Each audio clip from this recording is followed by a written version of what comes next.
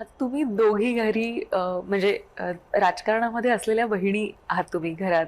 तर कधी असे राजकारणाचे टिप्स किंवा अ, तुमच्याकडून दिल्या जातात का त्यांना, की कसं हो, काय? आम्ही नेहमी राजकारणावर बोलत असतो. आमच्या दोघींपेक्षा आमची आई जास्त बोलत असते, कारण ती दिवसभर बघत असते बातम्या वगैरे, ती सगळं सांगत असते मला.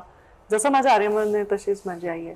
तिला सगळं माहीत असतं. ती खूप म्हणजे बरं. वाचन आणि बघते. तर आमच्या राजकारणावर चर्चा होत असते. आम्ही एकमेकांना टिप्स तर देतो कधी-कधी, म्हणजे राजकारणावरच देतो नाही, सगळ्या जीवनावर देतो.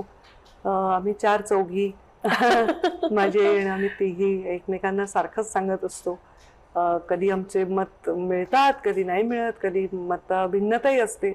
शेवटी फॅमिली फॅमिली असते आणि आम्ही एकमेकांना जेवढं जाणतो मला नाही वाटत कोणी दुसरं जाणू शकेल.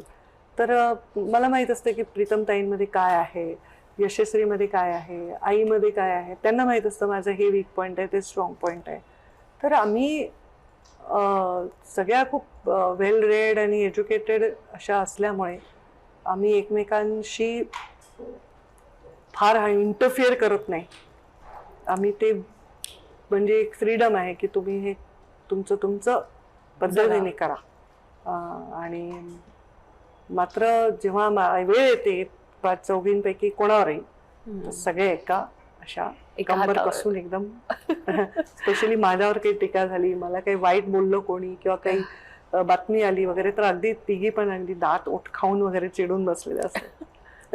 आता प्रीतम ताई पण पुन्हा राज्यसभेवर जातात का आता याकडे सगळ्यांचं लक्ष आय लागलंय? Hope so.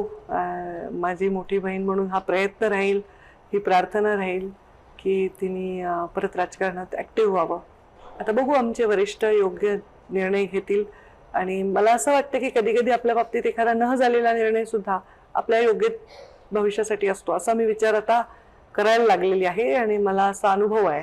तर मी प्रयत्न तर करणारच राहणार आणि तिला मिळावा असंच मला वाटणार.